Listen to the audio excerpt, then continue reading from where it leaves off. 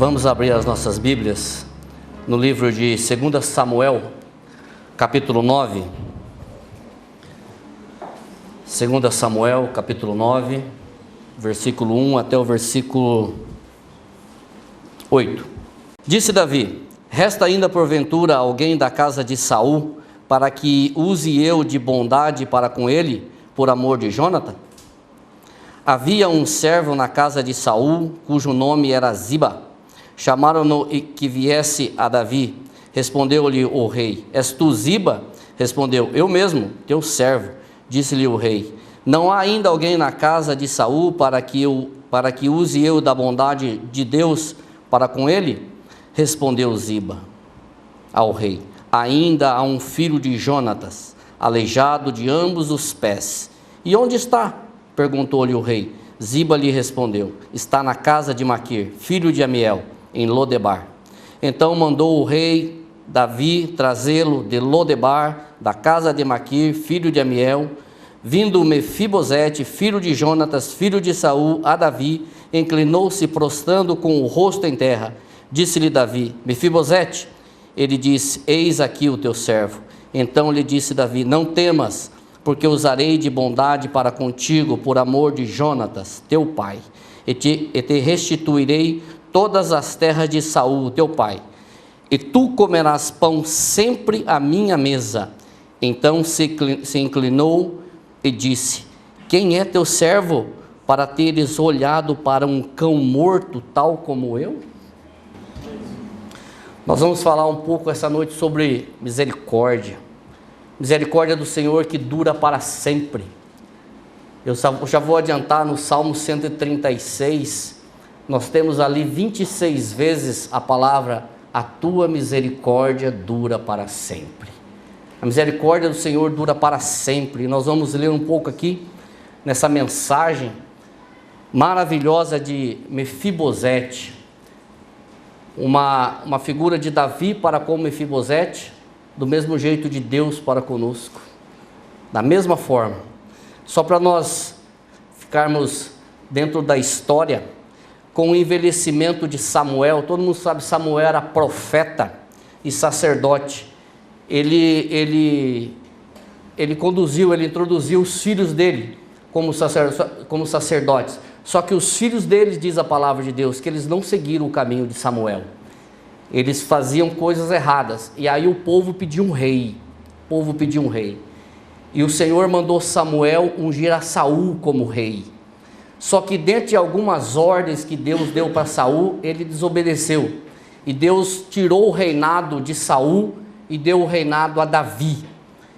E Saul passou durante muito tempo perseguindo Davi para matar. A Bíblia, não vamos entrar na história, mas a Bíblia diz que descia um espírito da parte de Deus que entrava em Saul e toda aquela história lá, e Davi tocava a harpa e o espírito se afastava e tudo aquilo lá. Se os irmãos quiserem ler depois, 2 Samuel, mas só para nós nos sintonizarmos aqui na história. Numa das batalhas de Saul contra os filisteus, um povo inimigo, Saul morreu na batalha. E o seu filho Jonatã também morreu naquela batalha. E a partir daí, Davi, com a morte de Saul, Davi toma posse do reino, torna-se rei de Israel e começa a reinar durante toda a história. E nós a Bíblia nos diz que Davi ficou 40 anos no reinado de Israel, a exemplo de Saul, que também ficou 40 anos, e a exemplo de Salomão, que também ficou 40 anos. Então nós temos aí a trilogia de Saul, Davi e Salomão, cada um com 40 anos no reinado. O comportamento de Davi, quando você olha no primeiro texto, no primeiro versículo, diz assim: resta porventura ainda alguém para que eu use de misericórdia? O depoimento comovente, o comportamento comovente de Davi para com Mefibosete, cumprindo a vontade de Jonatã, que era filho de Saul, certamente é um retrato do que Deus é para nós. Esse comportamento de Davi, que é um homem que tem as suas falhas, ele nos remete a um comportamento do Senhor para conosco.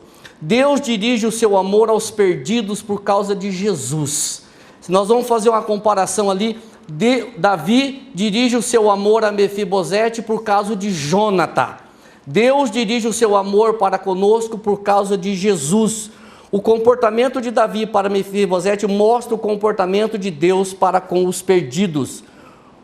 Esse comportamento de Davi não vinha dele, de pessoa, de homem, mas vinha do Senhor. Volta um pouquinho a sua Bíblia aí, em 1 Samuel, no capítulo 16, versículo 18. O sucesso de Davi estava desde o começo, não baseado nas suas forças físicas, mas estava baseado no Senhor. Volta aí, 2 Samuel 16, 18, diz assim: respondeu um dos moços: vi um filho de Jessé, que é Davi, o belemita, sabe tocar bem, e é forte e valente, homem de guerra, sisudo em palavras, e de boa aparência. E termina dizendo: e o Senhor é com ele. Ele dá ali um monte de características de Davi: valente, homem de guerra, sisudo em palavras, cara bonitão. Mas só que o seguinte, o importante de tudo isso é que o Senhor estava com ele. Essa com certeza é a principal de todas as outras. Se nós olharmos para todas as outras características ou qualidades, todas humanas, só que essa vem: e o Senhor estava com ele. E ele fazia tudo o que nós vemos, o reinado de Davi, era porque o Senhor estava com ele. Lembra-se da batalha de Davi com Golias? Nós sabemos dessa batalha, é conhecida demais. Segundo a Bíblia, pelos números, Golias tinha mais ou menos 2,90 metros de altura, e Davi tinha 1,70 m, 1,70 m e poucos. E Golias vinha para a luta com Davi. E o que Davi fala para ele? Olha, você vem a mim com lanças, você vem a mim com varapaus, você vem a mim com escudo, só que eu venho a ti em nome do Senhor dos Exércitos. Com certeza, se Davi tivesse ido a Golias em nome de Davi, na força de Davi, nas habilidades de Davi, por ele ser um pastor de ovelhas, apesar de ele ter matado um urso, ter matado um leão, ter afugentado os bichos que vinham comer as suas ovelhas, mas se ele tivesse ido na batalha de Golias, com as forças de Davi, como homem, certamente ele perderia aquela batalha. Mas ele diz: eu vou a ti, em nome do Senhor dos Exércitos, porque o Senhor era com ele, com este homem. E aí nós sabemos qual foi o resultado. Talvez, se nós olharmos um pouquinho para a Bíblia diz que todo o exército de Saul, ele fugia de Golias. Golias afrontava o exército de Saul e o exército fugia. Por quê? Não está escrito isso, e nós não queremos ir além do texto, mas talvez o exército estivesse indo à batalha pelas suas próprias forças, pelos seus escudos, pelas suas lanças, pelas suas habilidades, e quando eles se confrontavam com alguém poderoso, eles fugiam. Aí Davi vem, aquele moço ruivo, aquele pequeno, e ele enfrenta aquele gigante, pelo Senhor dos Exércitos, em nome do Senhor dos Exércitos. Mas voltando para o texto, ele pergunta: ainda resta alguém da casa de Saul para que use de bondade para com ele, por amor de Jônatan? Davi, volta aí um pouquinho, 1 Samuel, capítulo 20, versículo 15. Davi havia feito uma aliança de amor e fidelidade perpétua com Jônatan e sua posteridade. E aqui eu quero dizer o seguinte: esse termo amor aí da aliança de Davi, não é como nós temos ouvido tanta gente, não, alguns grupos usarem esse texto para dizer que Davi tinha um relacionamento homossexual com Jônatan. Mas esse termo amor é usado do hebraico esed, que significa misericórdia, que significa bondade, que significa amor permanente, que significa firme e imutável, e não um relacionamento diferente disso. 1 Samuel 20, 15 diz assim, nem tampouco cortarás jamais da minha casa a tua bondade. Essa foi a aliança que Davi fez com Jônatas e com Jonatas fez com Davi. Não cortarás, nem tampouco cortarás jamais da minha casa a tua bondade. A pergunta de Davi não era para encontrar alguém da descendência de Saul para aniquilar. Davi não perguntou se existia alguém da descendência de Saul ou da descendência de Jonatas para matar, porque era costume, quando um rei assumia, o que ele ia fazer? Ele ia aniquilar a família real, ele queria acabar com a descendência. E quando Davi pergunta, existe alguém? Não é com este propósito de aniquilar, de acabar, de extirpar toda a raiz da família real, não. Mas é para encontrar alguém para usar de bondade, para usar de misericórdia. E aqui eu falo para vocês, quando eu estava estudando isso, eu não vejo uma outra referência de graça mais maravilhosa do que essa. Isso é graça, isso é graça, isso é favor imerecido. Porque se nós vamos olhar um pouquinho mais para frente, Mefibosete não tinha condições nenhuma de receber a mesma, muito pelo contrário. Olha o que ele diz no final do versículo que nós lemos aqui: quem é o teu servo? Eu sou um cão morto, ou seja, eu não sirvo para nada. Por que o senhor está olhando para mim, ó rei? Quem sou eu para que o senhor olhe para mim? Quando o Marco leu aqui esse texto de Lucas 7, da mulher pecadora, ele diz assim: eu me vi em Simão como julgador e na mulher como pecadora. Eu também, quando eu falei para ele, eu falei: Marco, lê esse texto aqui, que maravilha. Eu também me vi em Simão, quando a gente aponta o dedo, dizendo: você, aquele, aquela, olha só aquele. Mas aí eu me coloquei como uma mulher pecadora também, que não tinha condições nenhuma. E o Senhor vai lá e dá uma lição para Simão, dizendo: olha, você deveria ter feito isso, aquilo, e você ficou sentado aí julgando. E a mulher fez tudo isso que você deveria fazer, e por isso os pecados dela são perdoados. Por quê? Porque ela amou muito. Quem ama muito, muito é perdoado. E quem ama pouco, pouco é perdoado. Falei: Senhor, tem misericórdia. Eu acho que eu estou no pouco. Misericórdia, Senhor. A pergunta de Davi: não resta mais ninguém para eu usar de misericórdia. Davi não estava perguntando, irmãos, se o cara era perneta. Davi não estava perguntando se o cara era aleijado.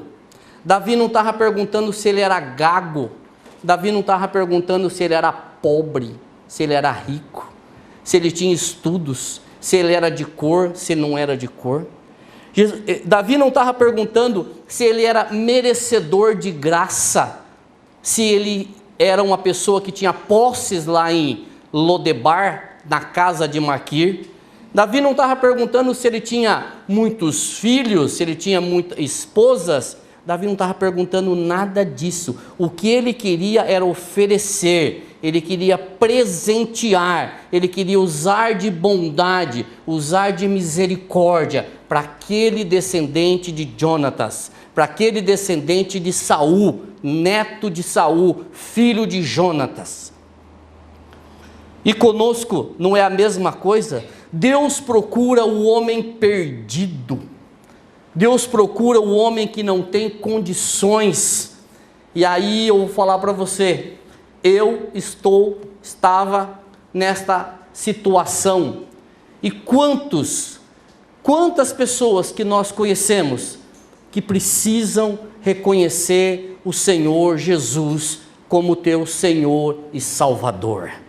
Quantas pessoas que se incham no seu ser, na sua vontade, e nos diz assim: eu não preciso ser salvo de nada, eu não preciso de um Salvador. Da mesma forma que Davi buscou um homem que não tinha merecimento de nada, o Senhor procura homens que não têm condições de se salvar, para usar de misericórdia com ele. E isso Deus tem feito desde o jardim do Éden, quando ele chama o homem: aonde tu estás? O homem se escondendo de Deus: aonde tu estás? E aí eu volto aqui, nós já falamos, o pastor Glênio tem essa definição fantástica. de religião e evangelho. Religião é sempre o homem tentando buscar Deus, e evangelho é Deus buscando o homem. Desde o início, Deus vem buscando o homem, Deus vem chamando o homem. Aonde tu estás? Deus, fazendo uma ilustração, Marcos sempre diz, não vamos além do texto, e nós não vamos além do texto. De repente Deus parado dizendo assim, cadê você, Adão? Cadê você, homem? Cadê você, Eva? Cadê você? Eu estou aqui. Aonde vocês estão? Ah, Senhor, eu ouvi lá que o Senhor estava assim, eu fiquei com vergonha. Pois é, você ficou com vergonha. A misericórdia de Davi, irmãos, apesar de tudo, era uma misericórdia humana. A misericórdia de Davi, ela se resumia na casa, dinheiro, prosperidade, roupas, servos, servas, esposas, sei lá, tudo que é ali ele tinha condições de comprar, tinha condições de dar pelo teu poder de rei, pelo teu poder de senhor ali daquela situação. Mas a misericórdia de Deus, ela é infinita, ela é perpétua, ela é infalível, ela dura para sempre. Abra comigo a sua Bíblia no livro de Lucas, no capítulo 1, versículo 50. A sua misericórdia é de geração a geração sobre os que o temem. Que bênção, que maravilha! A sua misericórdia é de geração a geração sobre os que o temem. A misericórdia do Senhor. Não a misericórdia do Flávio, não a misericórdia do irmão XYZ, mas a misericórdia do Senhor. A minha, a do Marco, ela é limitada, a tua é limitada, a de Davi ela é limitada, mas a do Senhor ela é perpétua, ela é infalível, ela dura para sempre. Eu só repito aqui no Salmo 136, se alguém quiser ler isso depois, você vai ver que até é gostoso, porque tem uma frase e aí vem, a tua misericórdia dura para sempre. Aí lembra, a tua misericórdia dura para sempre. São 26 vezes, a tua misericórdia dura para sempre. Quer dizer, se está na palavra do Senhor, a misericórdia do Senhor, ela dura para sempre. E o que é misericórdia do Senhor? É bondade, é benignidade, é amor, é graça, é favor, é fidelidade, é longanimidade e tudo mais que o nosso dicionário não consegue falar. Tudo isso e muito mais, isso é misericórdia do Senhor. E como entender isso? Como entender misericórdia do Senhor? Será que alguém consegue levantar a mão e dizer assim, eu consigo explicar misericórdia do Senhor? Não consegue, porque se alguém tentar, vai falar bobagem. Mas na pessoa de Jesus Cristo, nós conseguimos um pouquinho crer, receber a misericórdia do Senhor. Na pessoa de Jesus Cristo, que enviou o teu Filho amado para morrer naquela cruz por mim e por você, e por todos quantos conhecemos, aqueles que já creram e aqueles que ainda não creram, aqueles que se prostrarão, que já se prostraram diante do Senhor, e aqueles que um dia prostrarão diante do Senhor. Isso é misericórdia. Mesmo esses que digam, eu não quero, eu não preciso desse Deus, mesmo para esse, a misericórdia do Senhor está ali, e ela não rejeita ninguém. Eu rejeito, você rejeita, você faz acepção de pessoas, eu faço, só que o Senhor não faz. Para a salvação, o Senhor não faz acepção de pessoas. A misericórdia do Senhor não rejeita ninguém, e a graça do Senhor também não rejeita ninguém. Não me rejeitou?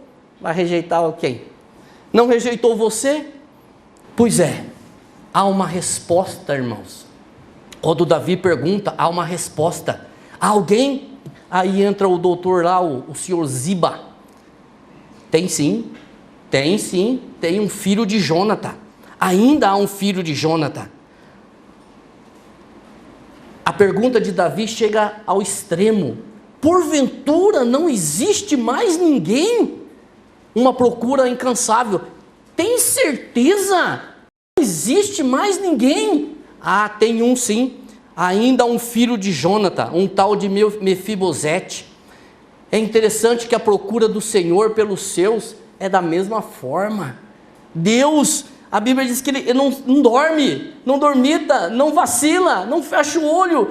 A busca do Senhor pelos seus é incansável. Ele é longânimo, sempre pronto para perdoar, sempre pronto para usar de bondade. A busca do Senhor é sempre, é contínua pelos seus filhos. A resposta de Ziba, ainda há um.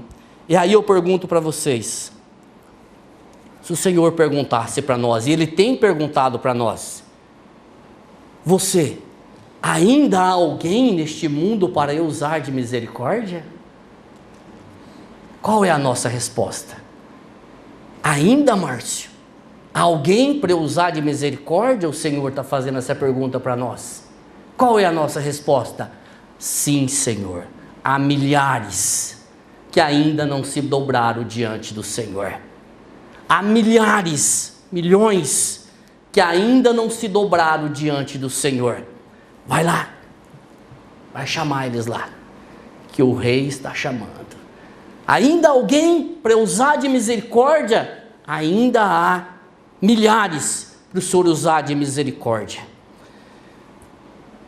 E esse homem, Mefibosete, talvez não seja um nome muito adequado para colocar nos nossos filhos. Mefibosete, o nome dele não era Mefibosete, o nome dele era Merib-Baal, que significava homem de honra, de glória. Só que aos 5 anos de idade, o dia que Saul morreu na batalha, e Jonathan morreu na batalha, a sua ama pegou ele para fugir, e ele caiu do colo dela.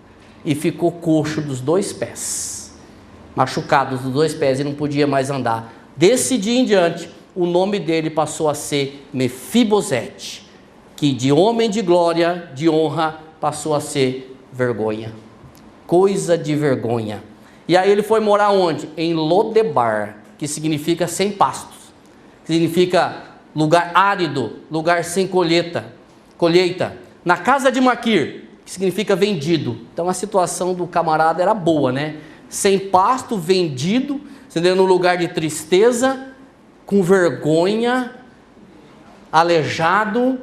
E qual era a situação de um coxo na Bíblia? Vocês lembram lá no início da igreja, em Atos 3, quando Pedro e João vai orar no templo, e a Bíblia diz que diante da porta formosa lá, tinha o que lá? Tinha um coxo. Não é? Não tinha um homem coxo que ficava pedindo esmolas? E esse homem coxo olha para ele e diz assim, me dá uma moeda. Aí Pedro e João falam assim, não tem não, mas o que eu tenho eu te dou, em nome de Jesus Cristo levanta e anda. Mas essa era a situação do coxo. Ele ficava pedindo. Se nós olharmos para a Bíblia, nós vemos que algumas pessoas ficavam pedindo esmolas, e geralmente pessoas que não conseguiam andar. Mas essa era a situação de Mefibosete. Vivia num lugar sem pastos, um lugar árido, um lugar que não dava colheitas, na casa de Maquir, que significava vendido, ou outras traduções nessa linha, e o seu nome passou a ser vergonha. Mefibosete significa vergonha. Aí eu digo para você que o homem sem Cristo não vive em situação diferente disso.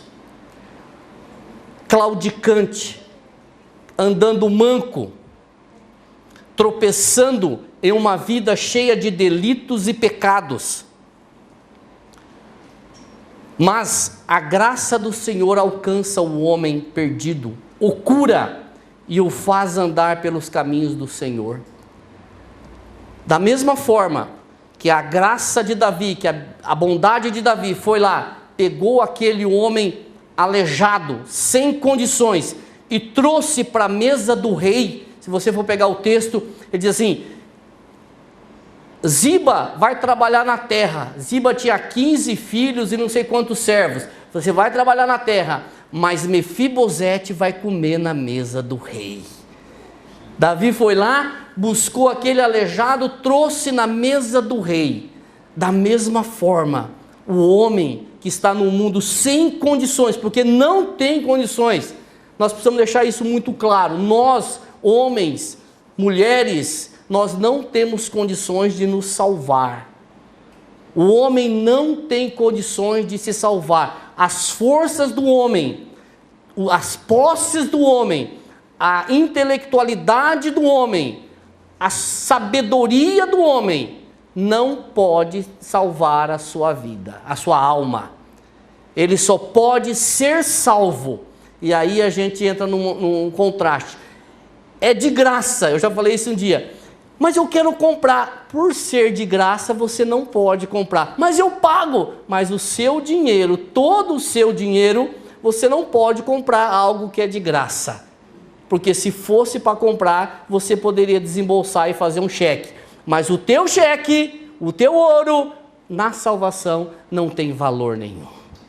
É de graça. E por ser de graça, você não consegue comprar. E o homem, sem Cristo, ele tropeça, ele anda para lá e para cá, mas o Senhor o atrai pela sua graça e cura, porque a graça do Senhor não rejeita ninguém. Abra sua Bíblia em João 6,37. Todo aquele que o Pai me der, virá a mim, e quem vier a mim, eu jamais rejeitarei. Glória a Deus por isso. Todos que vierem a mim, eu jamais rejeitarei. Talvez eu e você, nós rejeitamos pessoas, mas o Senhor não rejeita ninguém. Queridos, volta lá para 2 Samuel, por favor, no capítulo 9. 2 Samuel, no capítulo 9, que nós voltamos para o texto.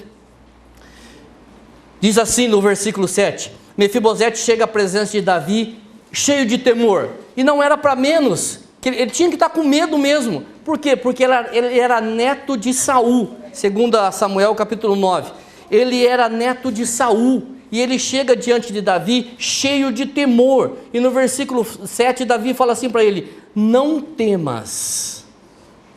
Você imagina? Olha, hoje a Bíblia dá, mas por que o cara tinha que ter medo? Claro que ele tinha que ter medo. Ele era neto do rei que tentou matar o rei atual. E pela história, o rei atual aniquilaria toda a família real do passado.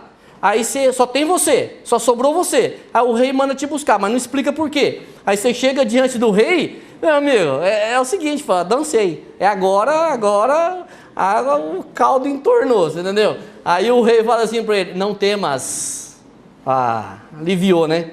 Não temas, porque usarei de bondade para contigo, por amor de Jonatas, teu pai. Não temas. E logo na seguinte, ele tinha perdido tudo. Tinha perdido perna, tinha perdido pai, tinha perdido avô, tinha perdido estabilidade, tinha perdido o reino, tinha perdido dinheiro, tinha perdido casa, tinha perdido pátria, tinha perdido tudo num único dia. Quando Saul morreu, ele perdeu tudo. E Davi, logo na sequência do versículo 7, diz assim, e te restituirei todas as terras de Saul, teu pai. Vou te dar tudo de volta, as terras de Saul, teu pai. Jonatas tinha morrido aproximadamente 20 anos. Porque quando a guerra aconteceu, quando o Mefibosete ficou aleijado, ele tinha 5 anos de idade. E quando ele se apresentou diante de Davi, ele já tinha um filho chamado Mica, que eu não sei quantos anos tem, que a Bíblia não diz. Mas, levando em consideração aí o período, ele tinha mais de 20 anos. Então, entre 20 e 25 anos. E aí que eu falo para você, que a misericórdia do Senhor não esquece da gente.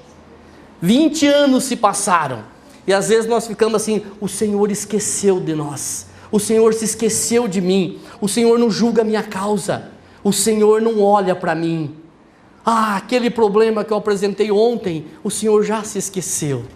Mefibosete ficou mais de, não sei, 20, aqui eu estudo, os estudiosos dizem, de 20 a 25 anos ele ficou nessa situação. Só que Davi não se esqueceu de Mefibosete, não se esqueceu de Jonatas. E aí eu digo para você, será que Deus se esquece de nós? Lá num texto que eu não me recordo onde, diz assim, se a tua mãe te esquecer de você, se o teu pai te esquecer de você, eu jamais esquecerei de você. Eu jamais esquecerei de você. Da mesma forma, Deus nos deu, da mesma forma que a gente olha de misericórdia ali para Davi com Mefibosete, Deus usou de misericórdia para conosco, nos dando o seu único Filho por amor. Versículo conhecidíssimo, não precisa abrir, João 3,16, porque Deus amou o mundo de tal maneira que deu o seu Filho unigênito para todo aquele que nele crê, não pereça, mas tenha a vida eterna. Que nele crê, não numa força que existe sobrenatural, não numa situação, não no pastor, não no padre, não no bispo ou na bispa, mas quem nele crer, no Senhor Jesus Cristo. Nele, e nós já estudamos aqui, o sacrifício dele basta. Eu creio em Jesus, mas mais nada, é nele. Somente nele. Não dá, a Bíblia diz que ele não reparte a glória dele com mais ninguém.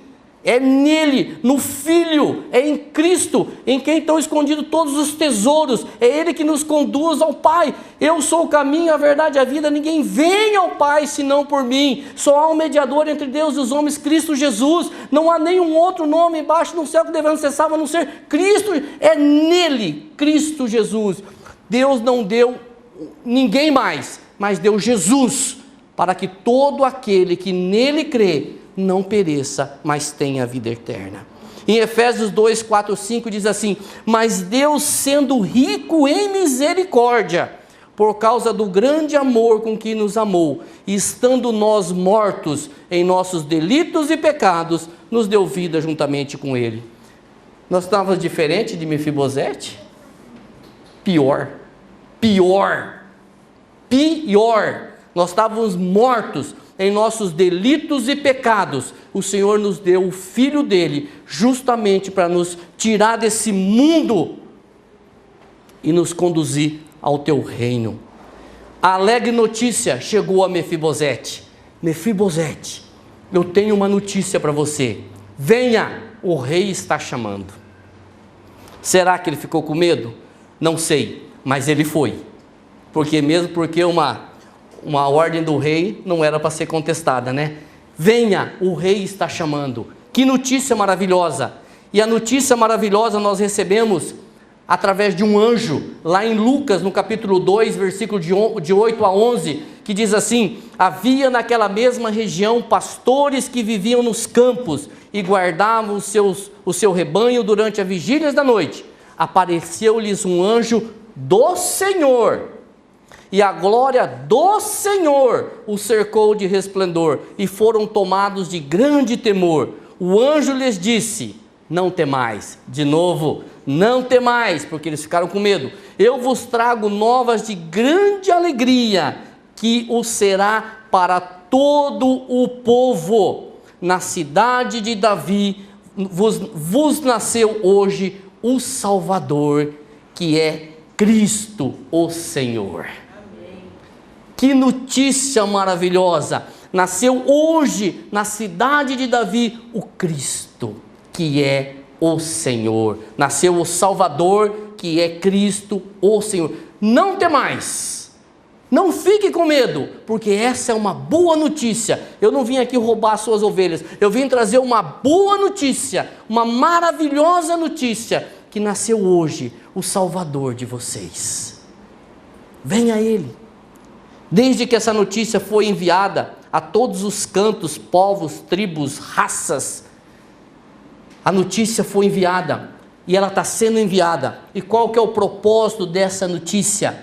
Todo aquele que recebe e crê é feliz e tem o seu lugar nas regiões celestiais em Cristo Jesus. Todo aquele que crê recebe o convite para vir aonde? À mesa do Senhor. Sai do seu local sem pastos e vem para pastos verdejantes. Sai do seu local árido, vem para águas tranquilas.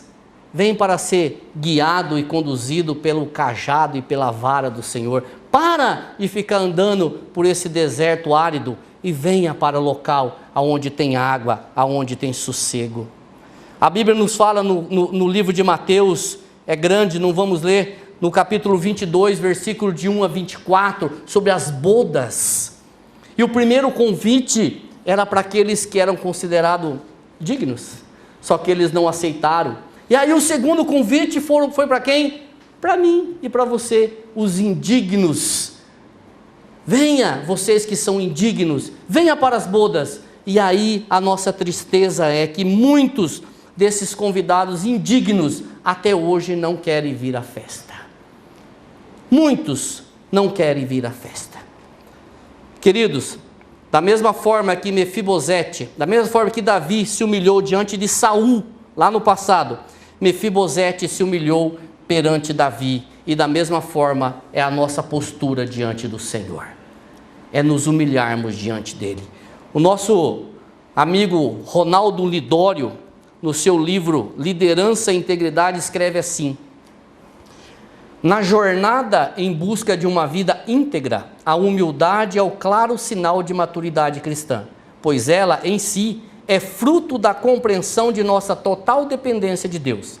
Quanto mais buscamos uma vida íntegra na presença do Senhor, mais somos confrontados pelo Espírito Santo nas áreas de nossas almas, que precisam de conserto, de perdão, de libertação e cura. E esse confronto gera sempre um espírito de humildade, pois percebemos quem somos e o quanto carecemos de Deus. Percebemos quem somos e o quanto carecemos de Deus. A humilhação é busca constante de relacionamento com o Senhor, é o andar com Ele. Mefibosete reconheceu a sua indignidade, então se inclinou e disse: quem é o teu servo, para teres olhado para um cão morto como eu? Quem sou eu, para o Senhor olhar para um cão morto como eu, ó rei? Igualzinho hoje.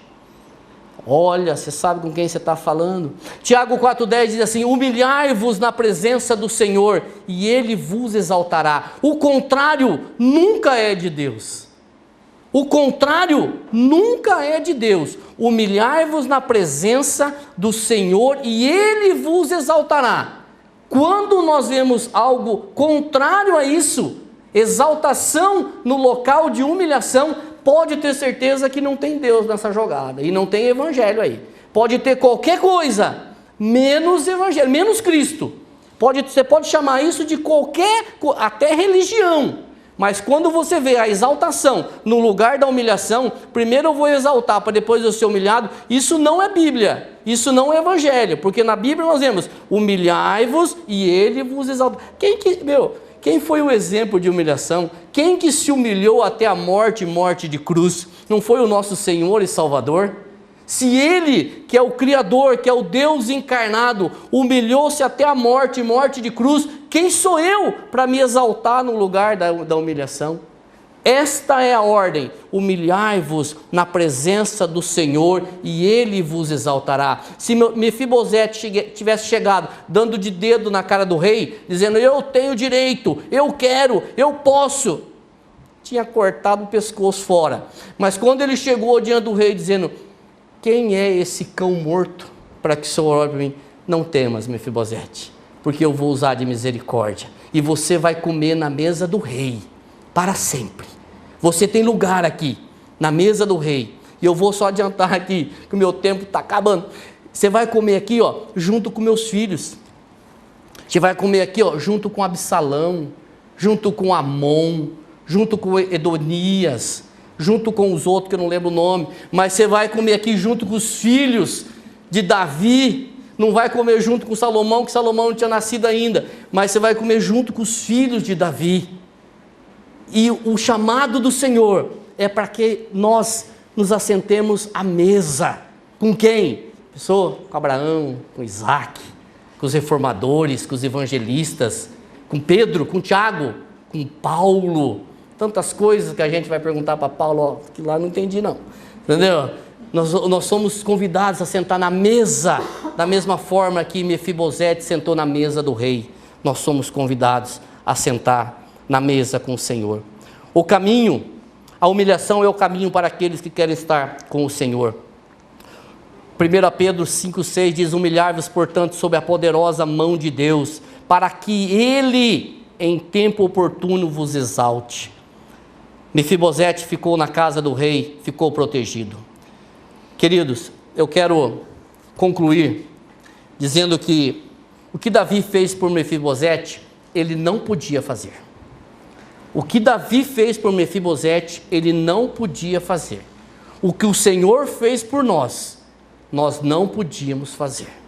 Efésios 2:8 diz assim: pela graça sois salvos, mediante a fé. E isso não vem de vós, é dom de Deus, não das obras, para que ninguém se glorie. Pela graça sois salvos, mediante a fé. Irmão, eu já ouvi isso tantas vezes.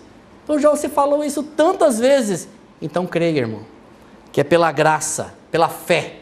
Pela graça sois salvos, mediante a fé.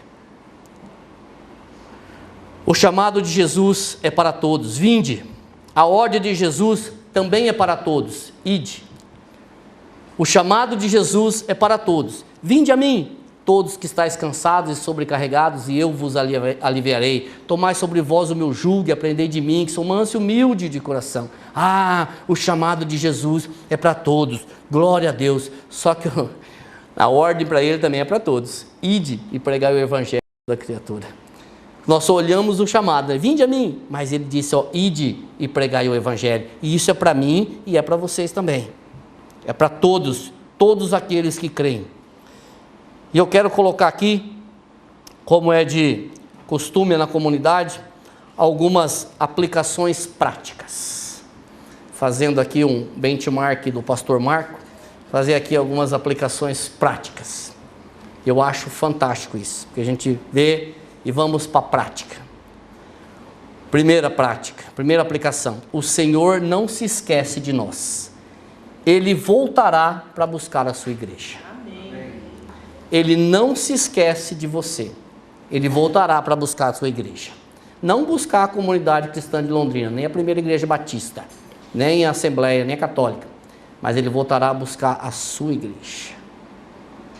A sua igreja. Outra aplicação prática. A humilhação precede a exaltação. O contrário nunca é de Deus. A humilhação precede a exaltação. O contrário nunca é de Deus. Terceira, a notícia é verdadeira. O Senhor Jesus morreu na cruz, nos incluiu na sua morte e nos deu vida na sua ressurreição. Alegrai-vos com isso. A notícia é verdadeira. O Senhor Jesus morreu na cruz, nos incluiu na sua morte e nos deu vida na sua ressurreição. Alegrai-vos com isso. A notícia é verdadeira. O convite também é verdadeiro. Noticiai aos outros com esta verdade.